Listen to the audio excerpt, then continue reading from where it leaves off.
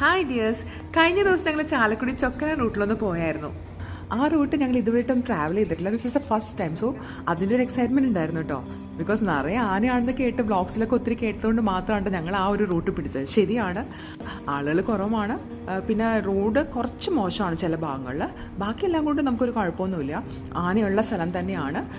ഒരു 6 വൈകുന്നേരം ഈവനിങ് കഴിഞ്ഞ് കഴിഞ്ഞാൽ മൊത്തം റൂട്ടിൽ ആനയായിരിക്കും എന്ന് അവർ പറഞ്ഞത്.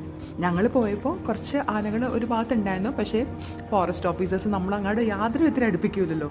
സോ അതുകൊണ്ടൊന്നും ഫോട്ടോസൊന്നും എടുക്കാൻ പറ്റിയില്ല. ശരിയാണ്, അവിടെ ആനയുള്ള സ്ഥലം തന്നെയാണ് കേട്ടോ. ഫോറസ്റ്റിനോടൊക്കെ താല്പര്യമുള്ളവർക്ക് തീർച്ചയായിട്ടും ഒരു ഡ്രൈവിന് പോകാൻ പറ്റിയ റൂട്ടാണ് കേട്ടോ ചാലക്കുടി ചൊക്കന റൂട്ട്. നിറയെ നല്ലൊരു എക്സൈറ്റ്മെൻ്റ് ആയിരിക്കും, അഡ്വഞ്ചറസും കൂടിയാണ്. ഞങ്ങൾക്ക് കുറച്ച് പേർക്ക് അതിനോട് താല്പര്യമുള്ളതുകൊണ്ട് മാത്രമാണ് ഞങ്ങളിങ്ങനെ ചില റൂട്ട്സുകളൊക്കെ നമ്മൾ പിടിക്കുന്നത്. അപ്പോൾ പിന്നെ അവിടെ നിന്ന് നമുക്ക് നേരെ ചിമ്മിനി ഡാമിലേക്കും കൂടി നമുക്ക് പോകാം കേട്ടോ. അപ്പോൾ അവിടെ നിന്ന് ഞങ്ങൾ കുറച്ച് ചെറിയ ചെറിയ തൂക്കുപാലങ്ങളൊക്കെ ഉണ്ടായിരുന്നു. അപ്പോൾ അങ്ങനെ അവിടെ കുറച്ച് നേരമൊക്കെ എക്സ്പ്ലോർ ചെയ്ത് ഞങ്ങൾ അവിടെ നിന്ന് ഭക്ഷണമൊക്കെ കഴിച്ച് കഴിഞ്ഞിട്ടാണ് കേട്ടോ ഞങ്ങൾ ചിമ്മിനി ഡാമിലേക്ക് പോയത്. നല്ലൊരു എക്സ്പീരിയൻസ് ആയിരുന്നു. കാരണം പോവാത്തൊരു സ്ഥലം ആയതുകൊണ്ട് തന്നെ അതെന്താണെന്ന് നമുക്കറിയാനും. ശരിയാണ്, ആനകളുള്ള സ്ഥലം തന്നെയാണ് കേട്ടോ ചൊക്കന എന്ന സ്ഥലം. പിന്നെ ഞങ്ങളുടെ ചെറിയൊരു ഹോട്ടലിൽ ഞങ്ങൾ ഭക്ഷണമൊക്കെ കഴിക്കാൻ കയറിയായിരുന്നു കേട്ടോ. നല്ലൊരു എക്സ്പീരിയൻസ് ആയിരുന്നു. കുറച്ച് സ്ഥലങ്ങളിലൊക്കെ റോഡ് മോശമായിരുന്നു, പക്ഷെ നമുക്കതൊരു വലിയ വിഷയമല്ല കേട്ടോ.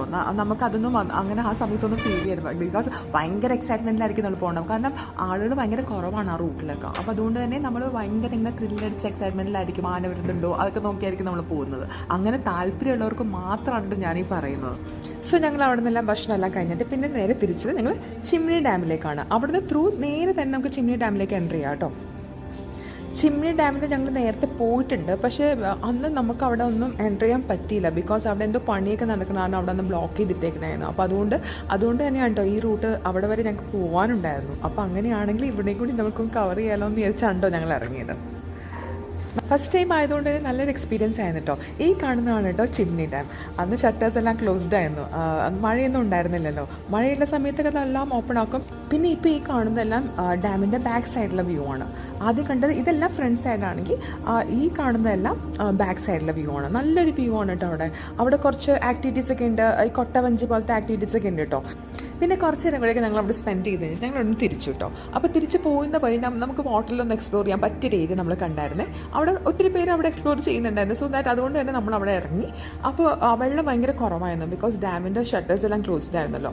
ഓപ്പൺ ആണെങ്കിൽ അവിടെ വെള്ളം ഉണ്ടാവുമെന്ന് അവർ പറഞ്ഞു കേട്ടോ. പക്ഷേ നമുക്ക് അവിടെ ഇറങ്ങുകയും ചെയ്യാം. ആ രീതിയിലുള്ള വെള്ളം മാത്രം ഉണ്ടാവണമെന്നാണ് പറഞ്ഞത്. അപ്പോൾ നല്ലൊരു എക്സ്പീരിയൻസ് ആയിരുന്നു കേട്ടോ. അപ്പോൾ ഈ റൂട്ട് ആർക്കെങ്കിലും താല്പര്യം ഉണ്ടെങ്കിൽ ഒന്ന് ട്രൈ ചെയ്ത് നോക്കിക്കോട്ടോ. നല്ലൊരു എക്സ്പീരിയൻസ് ആയിരിക്കും. കാരണം ഫോറസ്റ്റിലൂടെ പോകുന്ന ഒരു എക്സ്പീരിയൻസ് ഒക്കെ അടിപൊളിയായിരിക്കും. സോ നെക്സ്റ്റ് വീഡിയോ ആയിട്ട് തീർച്ചയായിട്ടും വരാം കേട്ടോ. Okay, bye bye, take care, see you all.